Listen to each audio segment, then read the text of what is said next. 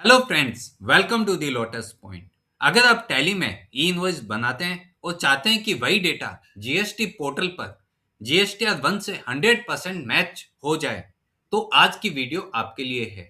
इस वीडियो में हम बिल्कुल प्रैक्टिकल तरीके से सिखाने वाले हैं। सबसे फर्स्ट हम ये सीखेंगे कि जीएसटी पोर्टल से ई इनवॉइस का डेटा कैसे डाउनलोड होता है। सेकंड हम सीखने वाले हैं कि उस डेटा को टैली के सेल रजिस्टर के साथ कैसे मैच और वेरीफाई कर सकते हैं।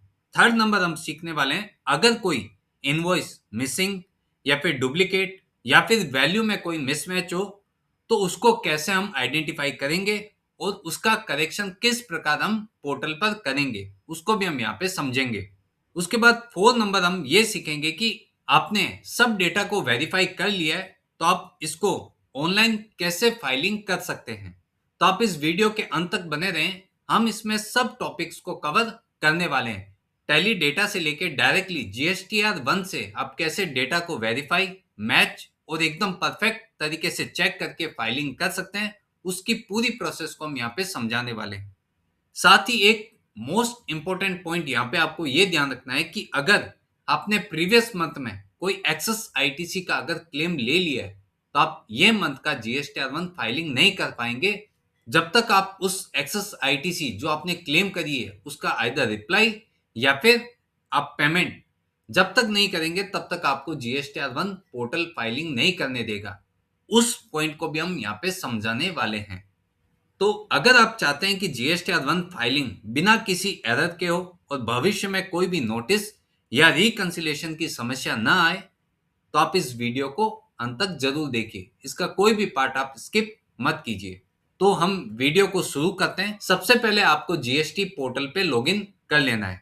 जैसे ही आप अपने अकाउंट को लॉगिन करते हैं, आपको डैशबोर्ड दिखेगा। यहाँ पे आपको रिटर्न डैशबोर्ड के ऊपर टिक कर देना है।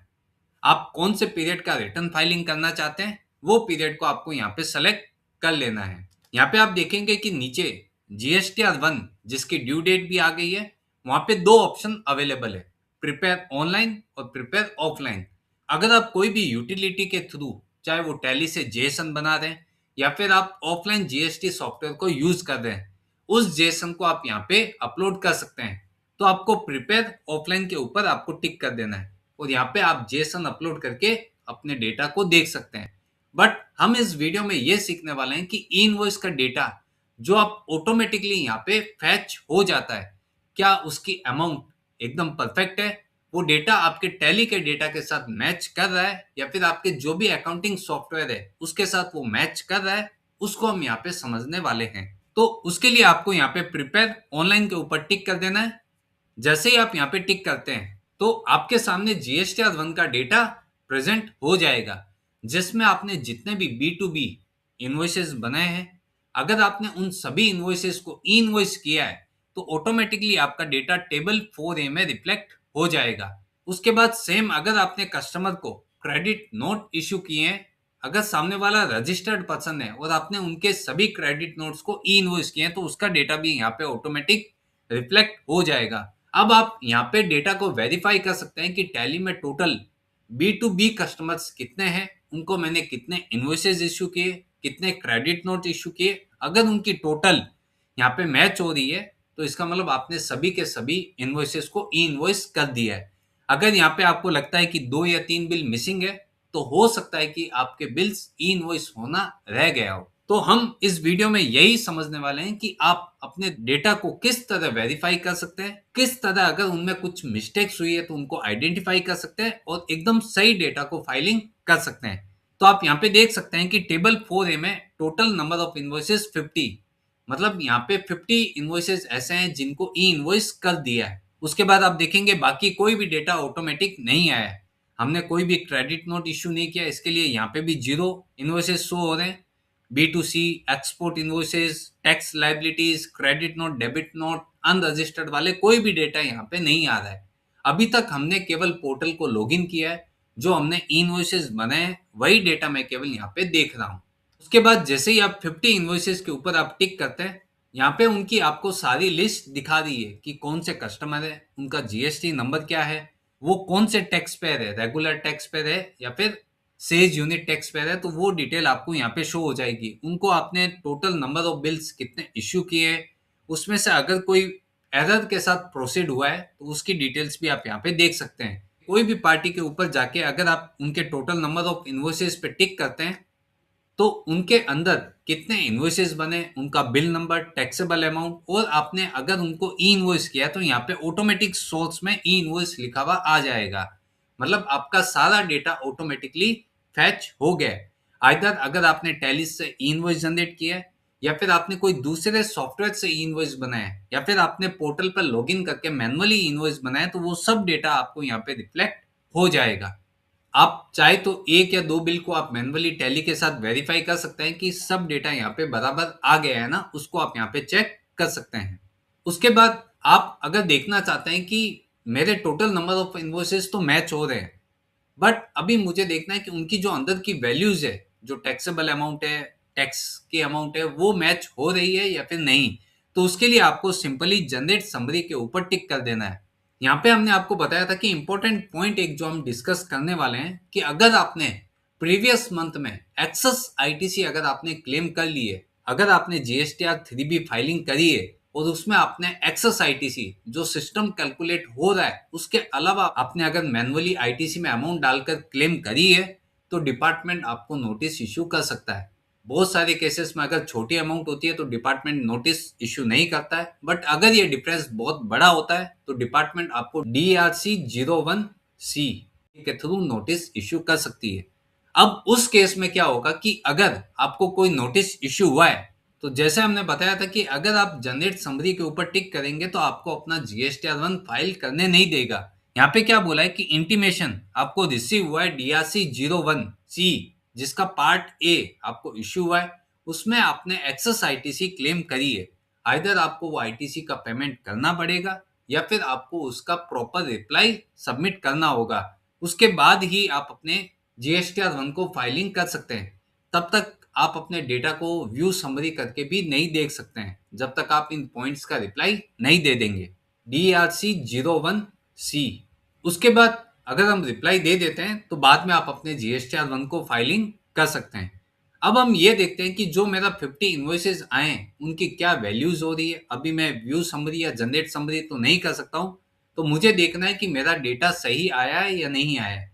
तो उसके लिए आपको ई इन्वॉइस की समरी को डाउनलोड करना होगा। उसके लिए आप नीचे देख सकते हैं कि download details from E invoice Excel. यहाँ पे आपको पूरा डेटा एक्सेल में रिफ्लेक्ट हो जाएगा, जहां से आप अपने डेटा की टोटल करके आप अपने जो भी अकाउंटिंग सॉफ्टवेयर से आप अपना रिटर्न फाइलिंग करते हैं उस डेटा को मैच कर सकते हैं।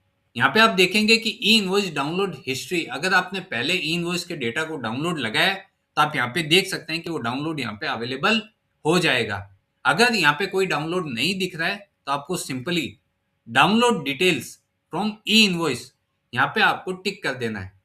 जैसे ही आप टिक करेंगे आपको एक्सेल फाइल सेव करने के लिए यहाँ पे पूछेगा, आप उसको कोई भी फोल्डर के अंदर इस डिटेल को सेव कर सकते हैं। आप देखेंगे यहाँ पे डाउनलोड्स में आपकी फाइल सेव हो गई है, आप उसको डायरेक्टली ओपन कर सकते हैं। जैसे ही आप अपनी फाइल को ओपन करेंगे यहाँ पे एक पॉपअप आएगा इनेबल एडिटिंग, मतलब आप इसके ऊपर टिक किए बिना आप इस फाइल में एडिटिंग नहीं कर सकते हैं। तो मेक श्योर रहें कि सबसे पहले आप इसके ऊपर टिक कर दें, जिससे सारा डेटा आप चेक और वेरीफाई कर सकते हैं। यहाँ पे आप देखेंगे कि सारी जो GSTR-1 में आपने ई इनवॉइसेस बनाए सारा डेटा यहाँ पे ऑटो पॉपुलेट होके यहाँ पे शो हो गया है। कितने इनवॉइसेस आपने कैंसिल किए हैं, डिलीट किए हैं, उसका डेटा भी आप यहाँ पे देख सकते हैं। अब यहाँ पे आपको एक्सेल पूरा मिल गया है। यहाँ पे आप कोई भी कॉलम में फिल्टर लगा के आप कुछ भी चीज चेक कर सकते हैं। आप अपने कोई भी इनवॉइस का डेटा देख सकते हैं कि वो बराबर आया या नहीं आया। आप ई इनवॉइस की जो IRN जनरेट होती है वो आप देख सकते हैं। डेटा ऑटो पॉपुलेट आया है या फिर डिलीट हुआ है या फिर कैंसिल हुआ है, उन सब चीजों को भी आप यहाँ पे देख सकते हैं। तो मैंने यहाँ पे देखा कि ई इनवॉइस का जो स्टेटस है उसके ऊपर कितने कैंसल्ड है और कितने वैलिड है। तो मुझे केवल जो वैलिड है उनकी ही काउंटिंग यहाँ पे करनी है। तो ये सारे जो इनवॉइस हुए हैं वो सब के सब वैलिड हैं। यहाँ पे आप देख सकते हैं कि टोटल नंबर जो काउंट हुए हैं वो 54 है, जबकि हमारे जीएसटी पोर्टल में जो डेटा आ रहा था वो ओनली 50 इनवॉइसेस का ही आ रहा था। तो अब हम यहाँ पे देखेंगे कि ये 54 जो 4 इनवॉइसेस की काउंटिंग बढ़ गई है वो एक्चुअली में है क्या। आप यहाँ पे देखेंगे कि टोटल प्रोसेस्ड रिकॉर्ड आपके 50 है, जबकि एक्सेल में जो डेटा शो हो रहा है वो 54 हो रहा है। तो अब हम यही डिफरेंस को फाइंड आउट करेंगे कि क्या एक्चुअली में जो एक्सेल सीट हमको रिसीव हुई है वो गलत है, या फिर कुछ ई इन्वॉइसेस का डेटा पोर्टल पे रिफ्लेक्ट नहीं हो रहा है, या फिर टैली में एक्चुअली में 54 ही इन्वॉइसेस हैं। तो वो चीज हमको यहाँ पे वेरीफाई करनी है। उसके बाद ई इनवॉइस के स्टेटस में जाकर आप कैंसल्ड इनवॉइस कितने हुए हैं उनको भी आप यहाँ पे देख सकते हैं। तो टोटल जो कैंसल इनवॉइस हुए हैं जो 2 नंबर्स हैं, तो वो भी आप यहाँ पे देख सकते हैं कि कैंसल्ड हो गए, और उसका ऑटो पॉपुलेशन में स्टेटस उसका डिलीटेड शो हो रहा है, मतलब ये ऑलरेडी डिलीट हो गया है, ये पोर्टल पे रिफ्लेक्ट नहीं करेगा। तो अब हम बात करते हैं कि जो काउंटिंग में वैलिड इनवॉइसेस में 54 आ रहा है, तो वो 4 का डिफरेंस क्यों आ रहा है। उसके लिए हम टोटल इनवॉइस नंबर पर हम यहाँ पे फिल्टर लगाएंगे कि मेरी इन इनवॉइस में कोई डुप्लीकेट वैल्यू है। क्योंकि बहुत बार क्या होता है कि आप जब इनवॉइस रेज करते हैं तो उसमें हो सकता है कि 5% वाली कैटेगरी हो, 12% वाली हो, 18% वाली हो, या फिर 28% स्लैब वाली कैटेगरीज आती हो। तो डिपार्टमेंट क्या करता है कि आपके अगर 3 कैटेगरी आती है 5, 12, 18, तो उनको वो काउंट 3 करके बताएगा। आपका इनवॉइस नंबर सेम रहेगा, इनवॉइस की वैल्यू सेम रहेगी, इनवॉइस की डेट आपकी इवन सेम रहेगी, बट जो काउंटिंग होगी उनको वो एक इनवॉइस को 3 बार काउंट करेगा। तो उसके लिए हम सिंपली क्या करेंगे, कंडीशनल फॉर्मेटिंग। हम उन इनवॉइसेस को हाईलाइट करेंगे अगर इसमें कोई डुप्लीकेट वैल्यूज आई है। तो जैसे ही आप डुप्लीकेट वैल्यूज के ऊपर आप टिक करेंगे, आप देख सकते हैं कि यहाँ पे डुप्लीकेट वैल्यूज हाईलाइट हो गई है। अब हम फिल्टर लगा के उन हाईलाइटेड वैल्यूज को निकाल सकते हैं कि ऐसे कितने नंबर्स ऑफ इनवॉइसेस हैं जो डुप्लीकेट बने हैं।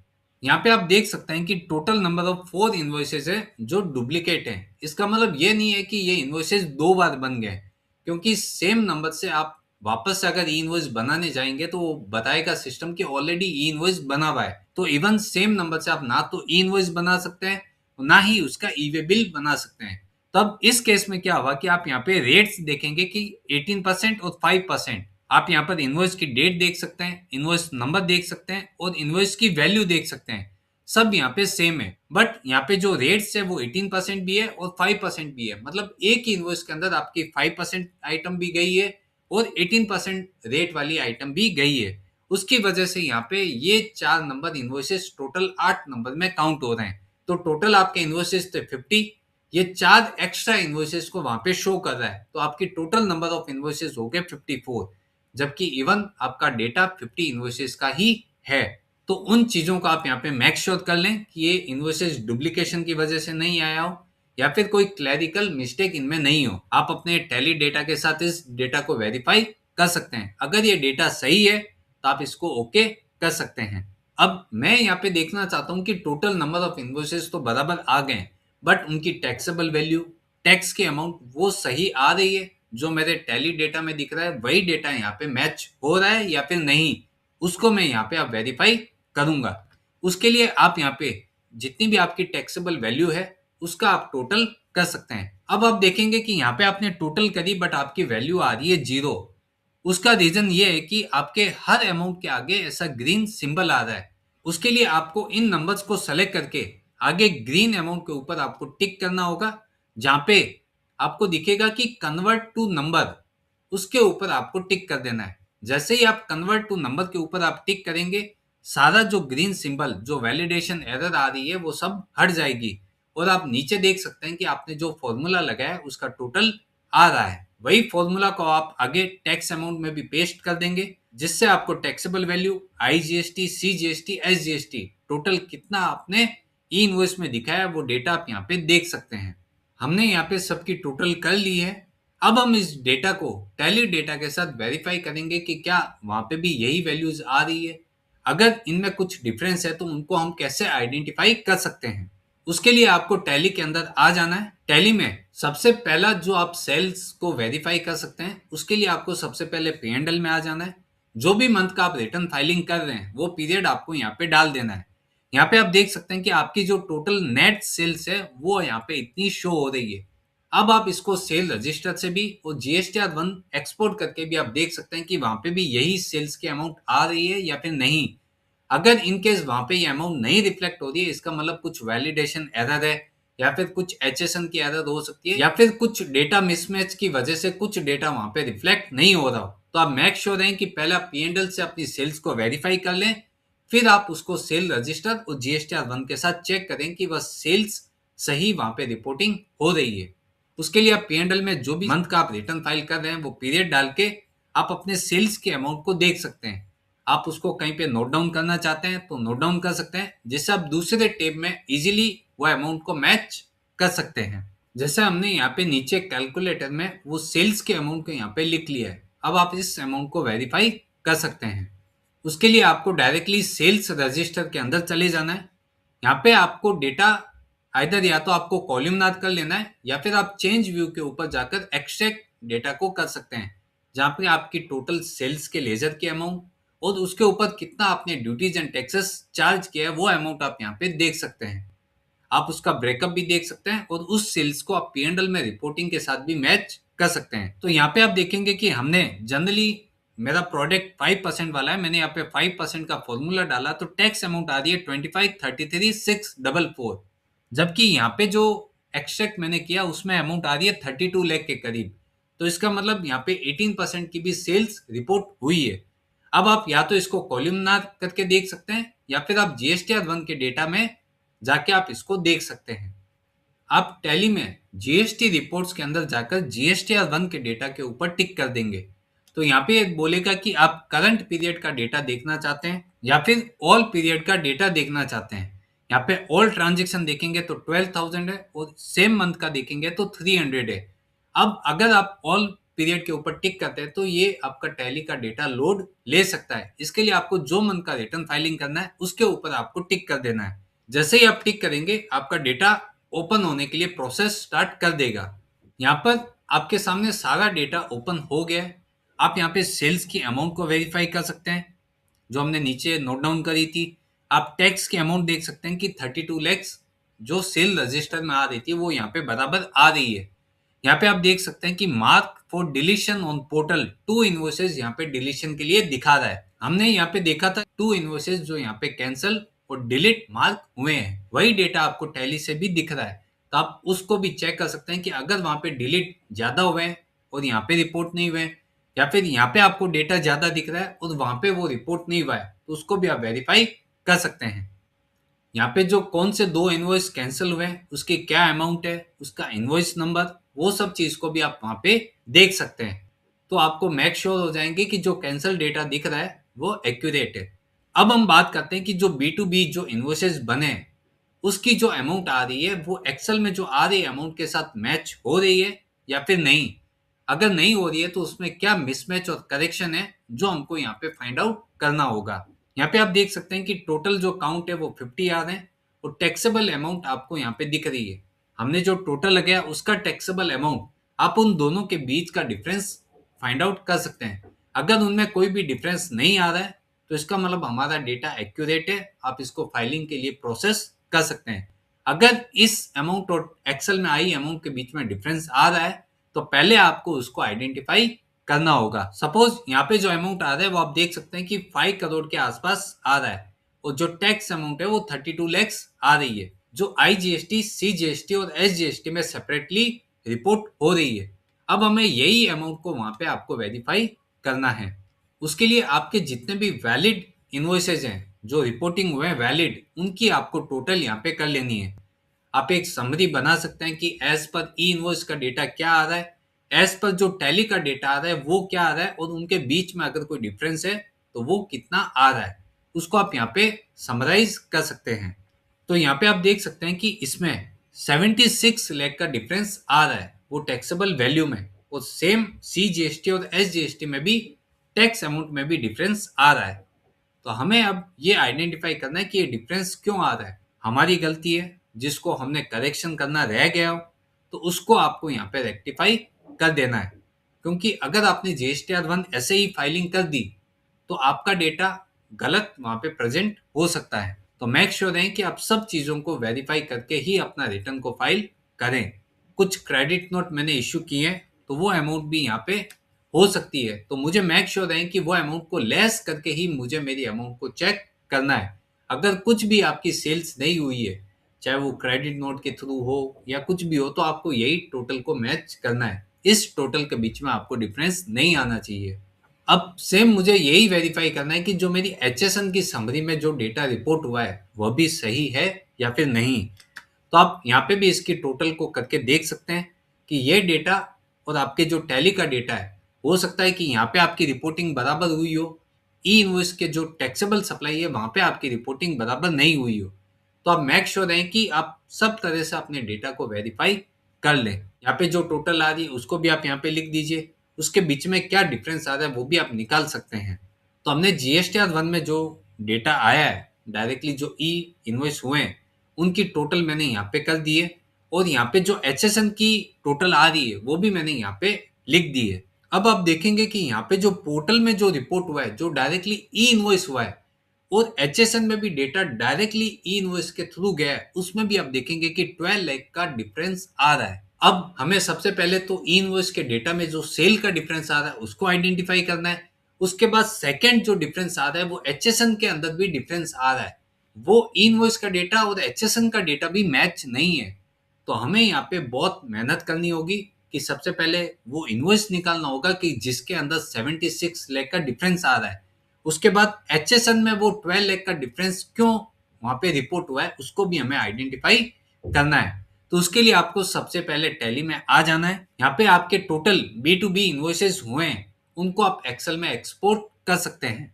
और अगर आप डायरेक्टली ई फाइलिंग करना चाहते हैं जीएसटीआर 1 की, तो आप यहाँ पे इसी तरह डेटा को जीएसटीआर 1 को ओपन करके यहाँ पे एक्सपोर्ट के ऊपर टिक कर कर जीएसटी रिटर्न के ऊपर आपको टिक कर देना है, और आप यहाँ पे एक्सेल या फिर जेसन दोनों ही तरह के डेटा को आप यहाँ पे एक्सपोर्ट कर सकते हैं।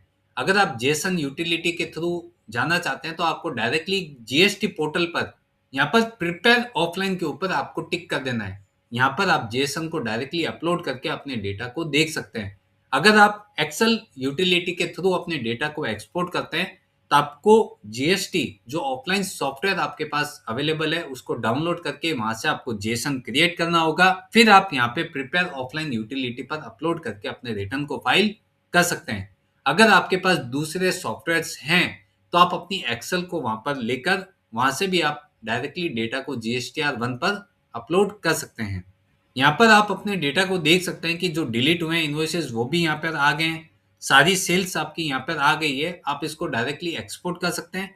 जैसे ही आप एक्सपोर्ट करेंगे आपको एक एक्सेल जिसको आप कहीं पे भी सेव कर सकते हैं उसको आप डायरेक्टली ओपन करके देख सकते हैं कि आपका जो टैली का डेटा है उसमें कितने इन्वॉइसेस हैं, उनकी इन्वॉइसेस की टोटल कितनी हो रही है, और जो ई इन्वॉइस पोर्टल पर जो रिपोर्ट हुआ है उन इन्वॉइसेस के बीच में क्या डिफरेंस है। आप एक्सेल को ओपन करेंगे, यहाँ पे आप देखेंगे कि invoices for outward supply total number of invoices है 54, कैंसल हुए हैं 4, जिसमें से 2 ई इन्वॉइस पोर्टल पर अपलोड हुए हैं। इसका मतलब आपने ई इन्वॉइस बनाने के बाद अगर आपने उनको कैंसिल किया है तो वो वहां पे रिपोर्टिंग होगी। उसके अलावा अगर आपने 2 इन्वॉइसेस को डायरेक्टली कैंसिल कर दिया उसकी रिपोर्टिंग वहां पर नहीं जाएगी। उसके बाद इन्वॉइसेस फॉर इनवर्ट सप्लाईज वो भी डिटेल्स यहाँ पे आ गई है, जो अपने लिए यहाँ पर इम्पोर्टेंट नहीं है। यहाँ पर आप देख सकते हो कि टोटल 4 इन्वॉइस कैंसिल हुए हैं, जिसमें से 2 इन्वॉइस ई इन्वॉइस बनने के बाद कैंसिल हुए हैं जिनकी रिपोर्टिंग पोर्टल पर हो गई है। अब जो टैली से जो जीएसटीआर 1 एक्सपोर्ट हुआ है उनमें सारे टैब्स आप यहाँ पे देख सकते हैं कि एचएसएन में क्या अमाउंट गया है, credit note, debit notes, B to C large invoices, वो सब चीज आप यहाँ पे देख सकते हैं कि कहाँ कहाँ पर डेटा है जिसको आपको ई इनवॉइस पोर्टल के साथ वेरीफाई कर देना है। अब हमने जो टैली से एक्सेल एक्सपोर्ट किया है वहां पे आपको इनवॉइस नंबर, इनवॉइस की डेट और टैक्सेबल वैल्यू यहाँ पर आपको रिसीव हो गई है। अब आप यहाँ पर वी लुकअप जो एक एक्सेल में कमांड आती है उसको आप यूज करके जो ई इनवॉइस में जो इनवॉइस के सामने टैक्सेबल वैल्यू रिपोर्ट हुई है उसको आप इसके आगे लेके आ सकते हैं। फिर आप वहां पर आइडेंटिफाई कर सकते हैं कि जो टैली का इनवॉइस है उसकी वैल्यू क्या है और जो ई इनवॉइस पर इनवॉइस रिपोर्ट हुआ है उसकी टैक्सेबल वैल्यू क्या है।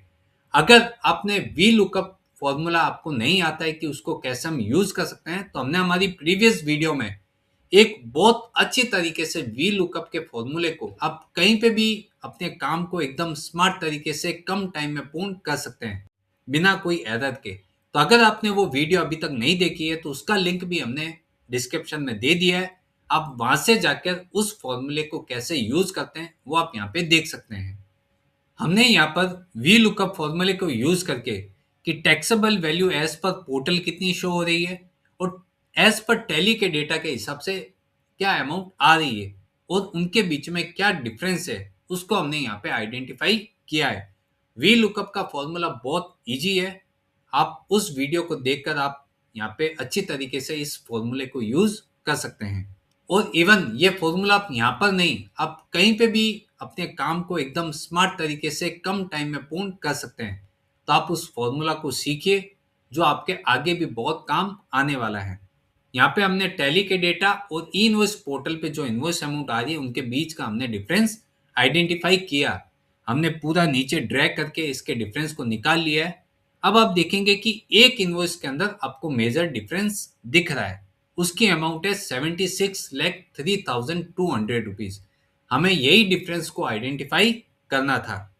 आप देखेंगे कि जो ई इनवॉइस की एक्सेल हमने डाउनलोड करी थी उसमें यही डिफरेंस आपको शो हो रहा है। अब हमें यह पता चल गया कि कौन से बिल में मिस्टेक हुई है।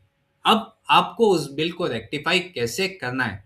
अगर आपके ई इनवॉइस की टाइम लिमिट चली गई है तो आपको डायरेक्टली पोर्टल पे लॉगिन कर कर उस इनवॉइस को एडिट कर देना है। ये सेम डिफरेंस आपको यहाँ पे आइडेंटिफाई हो गया है कि बिल नंबर 813 जो 17 मार्च 2026 का था उसकी इनवॉइस वैल्यू इतनी है, उसकी रेट इतनी है और उसकी टैक्सेबल वैल्यू क्या यहाँ पे शो हो रही है वो सब चीज आप यहाँ पे देख सकते हैं। अब मुझे ये देखना है कि ये जो टैली में इनवॉइस बना है उसकी एक्चुअल में क्या रिपोर्टिंग हुई है जिसकी वजह से ये डिफरेंस मेरे को वहां पर शो हो रहा है। अब यहाँ पे आप देखेंगे कि इस इनवॉइस की वैल्यू है 80,640 और ई इनवॉइस पोर्टल पे इसकी क्या रिपोर्टिंग हुई है उसको भी हम यहाँ पे देखेंगे। यहाँ पर आप देखेंगे कि इसकी जो टैक्सेबल वैल्यू है वो 76,800 रुपीज है। जबकि जो जीएसटी पोर्टल है वहां पे जो रिपोर्टिंग हुई है 76,80,000। मतलब आप देखेंगे कि ये क्लैरिकल मिस्टेक है जहाँ पे आपने हो सकता है कि प्रोडक्ट की रेट से जो मल्टीप्लाई किया है वो वहां पे गलती हो गई है। उसकी वजह से आपने ई इनवॉइस तो बना दिया है बट आपको जब सप्लायर का फोन आया होगा तो आपने टैली में तो उसको करेक्शन कर दिया है, वापस से आपने उसको ई इनवॉइस में करेक्शन नहीं किया है। उसकी वजह से यहाँ पर और आपका जो टैली का डेटा है उसके बीच में डिफरेंस दिख रहा है। अब आपको इस डिफरेंस को आइडेंटिफाई आपने कर लिया है। अब इसको आप रेक्टिफाई कैसे करेंगे उसको हम यहाँ पर समझते हैं। तो अब आपको ये बिल आइडेंटिफाई हो गया है। आप इसको पोर्टल पर जाकर जो सप्लायर है उसके आगे आप टिक करके इसके बिल को आप एडिट कर सकते हैं।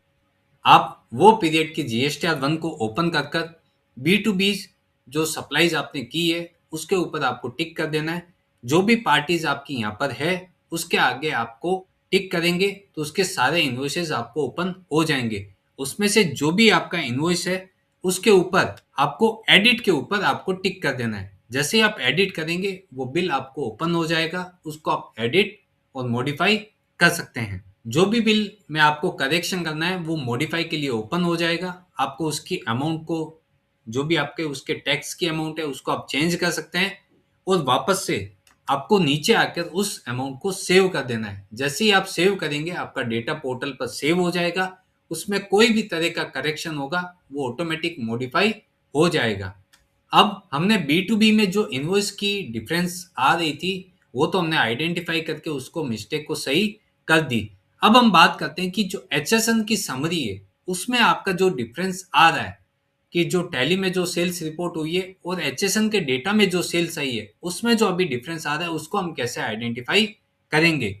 उसके लिए भी मैंने आपको बताया था कि वी लुकअप आप फॉर्मूला को यूज करके जो भी आपकी HSN वाइज सेल हुई है उसमें एज पर टैली क्या डेटा आ रहा है और एज पर पोर्टल आपका क्या डेटा आ रहा है उसको भी आप यहाँ पर आइडेंटिफाई कर सकते हैं। एक तो मिस्टेक आपको मिल गई कि जो बिल में करेक्शन हुआ है वो HSN में भी करेक्शन हुआ है।